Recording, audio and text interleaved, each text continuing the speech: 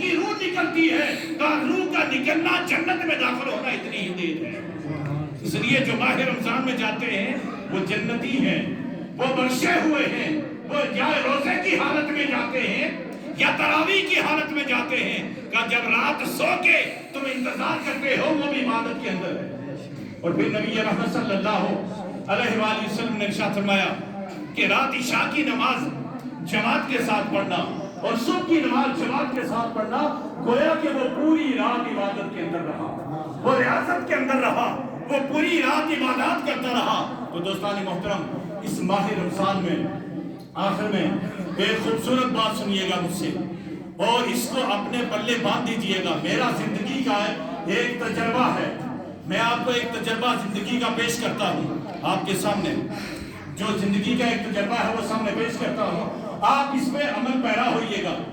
آپ اپنے رشتہ داروں کو تلاش کیجئے گا جو آپ کے قریبی رشتہ دار ہیں، چاہے آپ کو اچھا کہتے ہیں یا برا کہتے ہیں، چاہے آپ کو گالیاں بھی نکالتے ہیں، لیکن ماہ رمضان میں اپنے اقربا، اپنے بہن، اپنے بھائی، اپنے رشتہ دار، ان کو جو ہے وہ جا کے آپ ان کی خدمت کریں، ماہ رمضان میں ان کی خدمت کریں آپ، اور اس میں یہ ہے کہ اللہ اس میں راضی ہوتا ہے۔ اب میں آپ کے سامنے ایک مثال رکھتا ہوں، میں الحمدللہ ثم الحمدللہ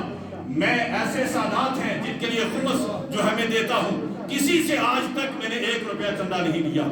خود اپنے پاس سے، میرے پاس اگر پیسے نہ ہوں میں قرض اٹھا کے ان کے گھر تک پہنچاتا ہوں کہ وہ غریب سادات ہیں، اور بیوہ خواتین اور یتیم بچے ان کے گھروں تک، اور ایسے غریب لوگ ہیں کئی سالوں سے الحمدللہ ان کی خدمت کرتا ہوں، ان کی دعاؤں سے رب کائنات مجھے دیتا ہے۔ میں الحمدللہ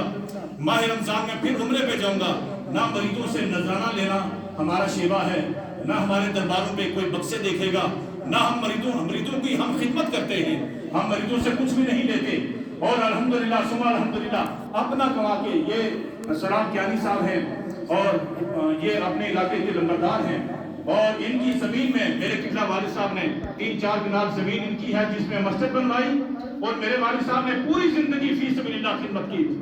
لاکھوں کے حساب سے میرے والد صاحب کے مریدین ہیں، لیکن آج تک کوئی مرید نہیں کہہ سکتا میرے والد صاحب نے کسی سے 1 روپیہ نذرانہ لیا ہو، یا مسجد کے نام پہ کبھی چندہ لیا ہو، یا مدرسے کے نام پہ کبھی چندہ لیا ہو۔ تو یہ آپ کے سامنے یہ بیان کرنے کا مقصد یہ ہے کہ آپ اپنے غریب رشتہ دار تلاش کریں اور ان کے گھروں تک آپ راشن پہنچائیں، ان کے گھروں تک آپ کھجوریں پہنچائیں، ان کے گھروں تک آپ پیسے پہنچائیں، اور ان کے گھروں تک آپ کپڑے پہنچائیں۔ تو یہ دینا آپ دیکھیے گا پھر خدا کی ذات آپ پہ کرم کتنا کرتی ہے، آپ کا رزق کشادہ کس طرح فرماتی ہے۔ الحمدللہ میں ان کی دعاؤں سے، اللہ پاک کے فضل سے، آپ کی دعا سے الحمدللہ پھر ماہ رمضان میں میرا مدینہ شریف میں گزرے گا، عید بھی وہاں ہوگی، اور میرے غیر موجودگی میں انشاءاللہ سید ولید حسین شاہ گیلانی وہ سیالی صاحب کو بتایا وہ 2 جمعے میں پڑھاؤں گا،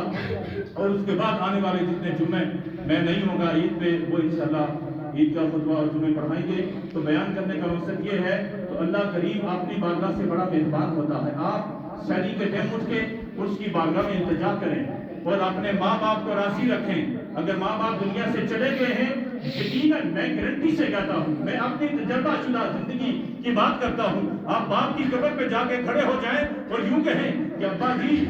مجھے زندگی میں ضروریات جو ہے وہ ضرورت ہے، یا رب ان کے صدقہ سے مجھے دے، مجھے خالی نہ بھیج۔ یقین مانیے گا آپ کے آنے کی دیر ہے، جانے کی دیر ہے، خدا کے فضل عطا میں کبھی دیر نہ ہوگی۔ تمہارے لیے سب سے بڑا ولی اور کارساز جو ہے یہ تمہارے ماں باپ ہیں۔ اس لیے دوستان محترم، اللہ کریم آپ کے رزق میں، زندگی میں